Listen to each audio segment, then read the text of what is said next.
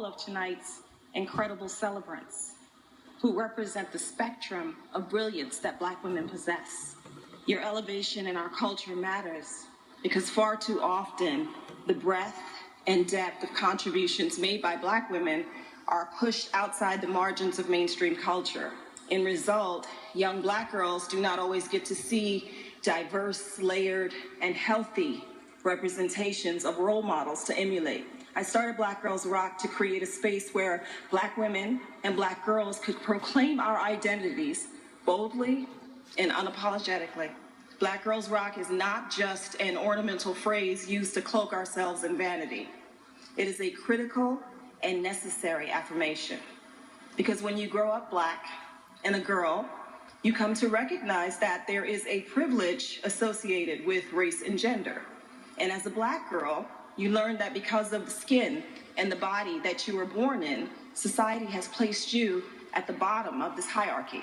So saying that we rock is a response to the tremendous neglect that Black girls feel when they grow up in a society where they are underrepresented, misrepresented, or completely overlooked.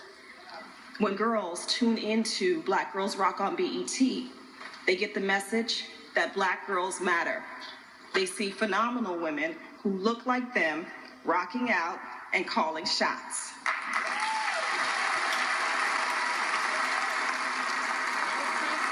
Speaking of extraordinary women, one of my favorite role models, change makers, and shot callers is here with us tonight, and I have the honor of introducing her. She is definitely a Black girl who rocks. Ladies and gentlemen, please welcome to the Black Girls Rock stage, First Lady of the United States of America, Michelle Obama.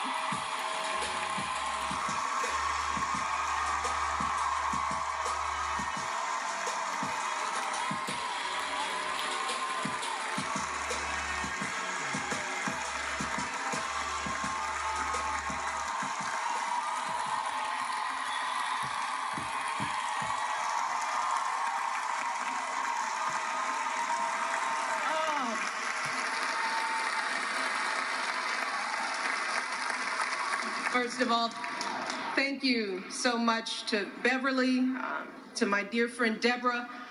Look, I am so excited to be here at Black Girls Rock. To all the young women here tonight and all across the country, let me say those words again. Black Girls Rock. We rock.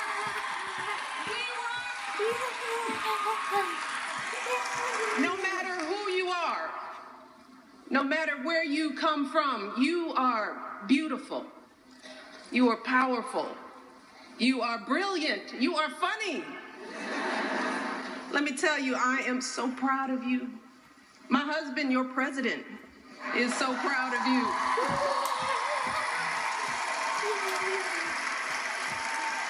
And we have such big hopes and dreams for every single one of you. Now, I know that's not always the message that you get from the world.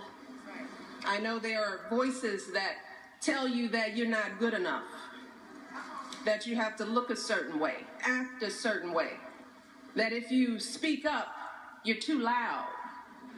If you step up to lead, you're being bossy. You see, when I was a girl, I had parents who loved me and believed in me, but those doubts still worked their way inside my head and my heart. And I was always worried about something. Does my hair look right? Am I too tall? Do I raise my hand too much in class? So when folks said that a girl like me shouldn't aspire to go to the very best colleges in this country, I thought maybe they're right. But eventually I learned that each of those doubts was like a little test, a challenge that either I could shrink away from or rise up to meet. And I decided to rise. Yes. I decided to rewrite those tired old scripts that define too many of us. I decided that I wasn't bossy, I was confident and strong. I wasn't loud, I was a young woman with something important to say. And when I looked into the mirror, I saw a tall and smart and beautiful Black girl.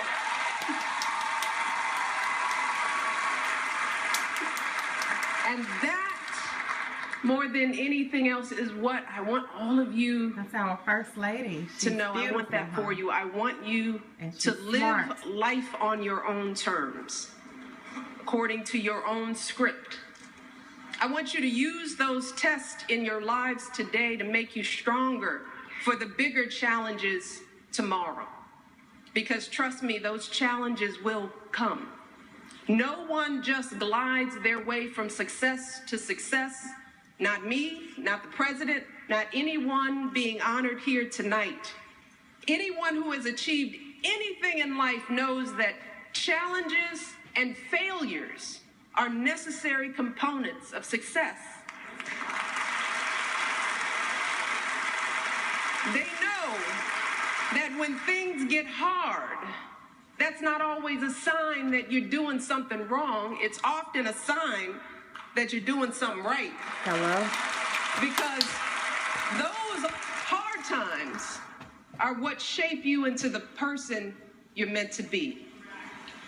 And tonight, we've got 3 young women here who are living, breathing examples of that fundamental truth. So let's welcome back to the stage this year's Mad Girls, Kaya Thomas, Chantal Song Bembry, and Gabrielle Jordan.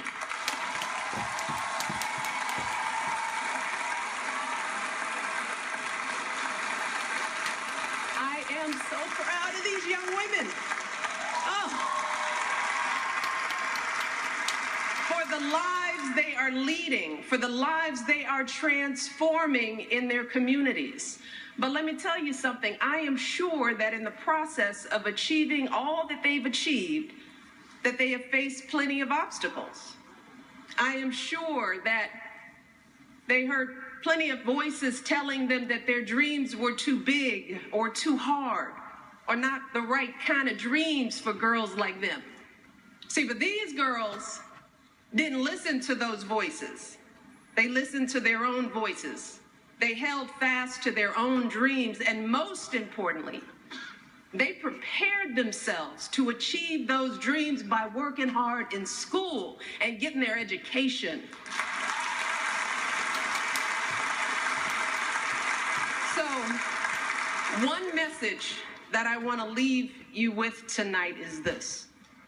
The secret to everything in life, every aspiration, every opportunity, is education. It's education. There is nothing more important than being serious about your education. That's the reason I am able to stand here tonight. Because look, I worked hard in school. Education was cool for me. I did my best on every paper, every test, every homework assignment. And I want every single one of our Black girls to do the same, and our Black boys. I want them to do that all the way through high school, then college, and then beyond. I want you to work as hard as you can, learn as much as you can. That is how you will go from being Black girls who rock to being Black women who rock.